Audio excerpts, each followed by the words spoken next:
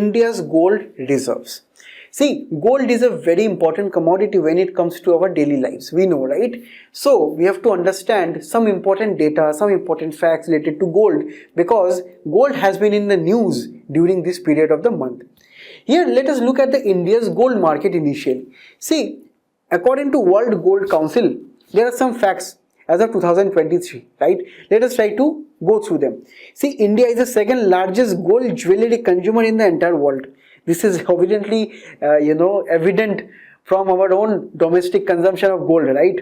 Then in 2021, India bought around 611 tons of gold jewelry, second only to China. So China also similarly follows the same trend as of India, but it is rank 1. India is rank 2 in this respect. Then gold jewelry exports in India have grown from around $7.6 billion to $12 billion.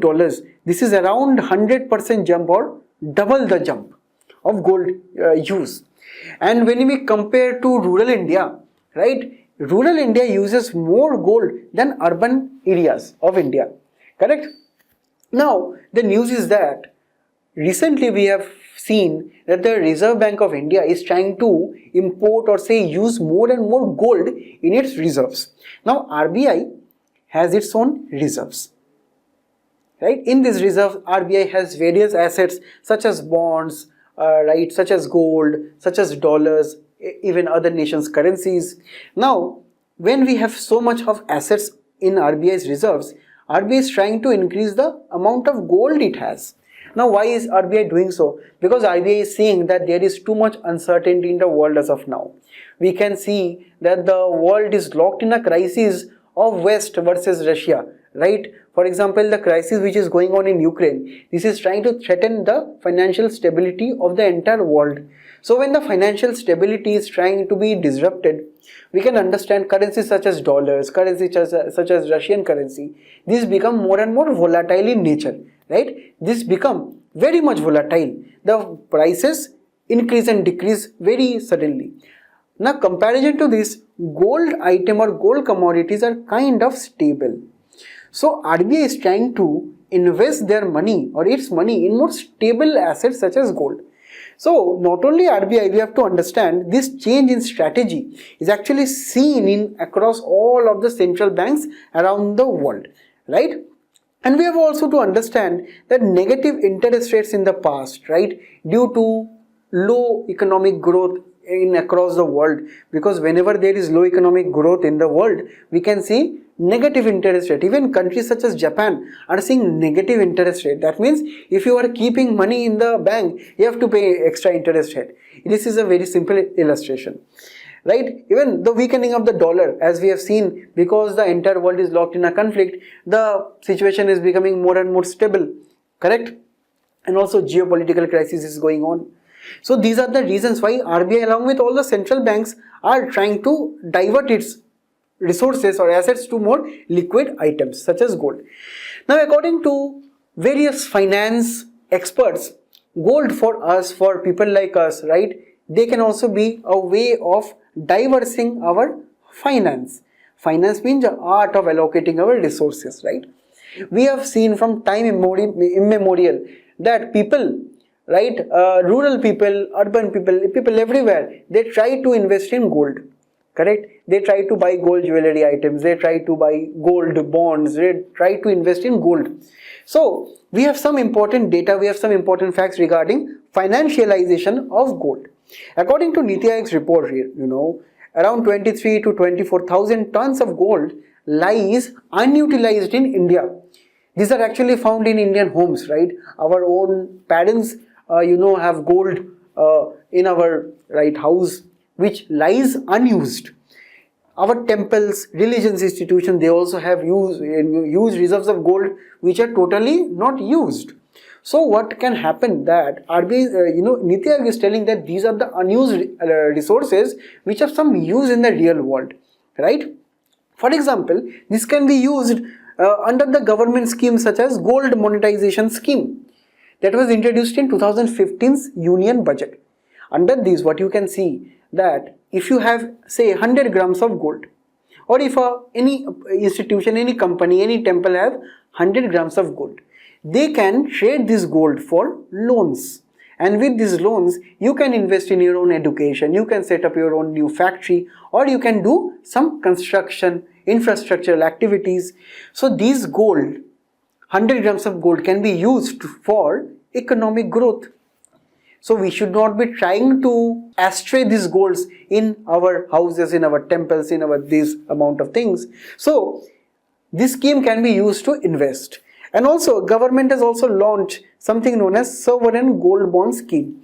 Now this is almost similar to the previous one, but here we are not buying physical gold, right? We are not totally buying gold. We are just buying a bond, and that bond is actually backed by physical gold.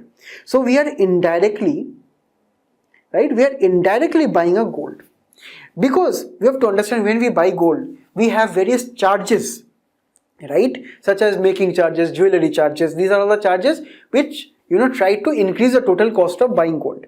So generally the government said, okay, we will be buying gold indirectly for you. Instead you give the money, you will be getting some amount of percentage as interest rate for buying golds, right? So this will be better for people actually who are just trying to see gold as an investment opportunity, correct?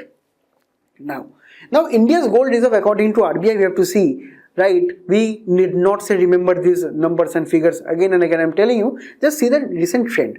So around 800, right, metric tons in fiscal year 2023. We have to understand these are the gold reserves in India, correct? RBI recently bought around 34 tons of gold, correct? So these are all the important data that we can see, but we can only observe the trends from here, right? But in the value terms, the share of gold in total foreign exchange reserve increased from about 7% to around 7.81%. So these are the under the value terms. But again, these are just the trends. Just look at the trends. No need to remember the data. Okay.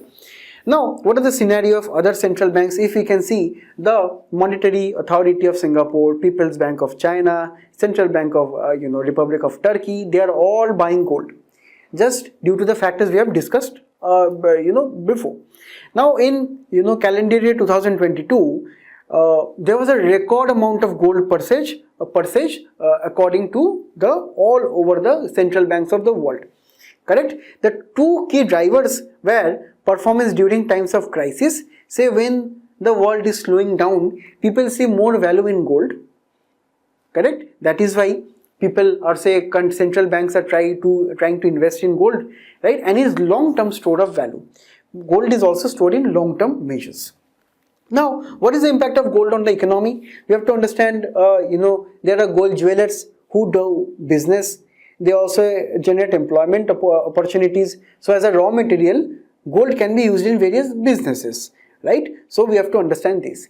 Then gold can also be used to reduce our current account deficit. Current account deficit is a measure of our balance of payments, correct? Where we have to understand these are the amount of transactions that take place in our goods and services of exports and imports. That means if we are importing more, right, and if we are exporting less, then we have a deficit. So gold reserves can be used to actually reduce our current account deficit.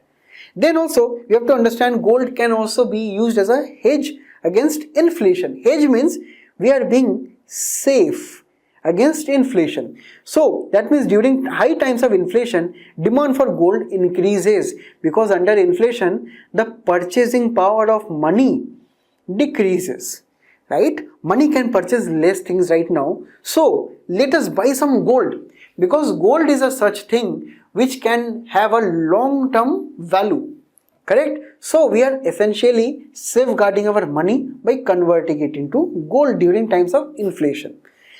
Now, under savings and investments also, gold is a very stable kind of investment, and generally over a long-term situation you can see good amount of return on gold. So also people are trying to use as investment opportunity.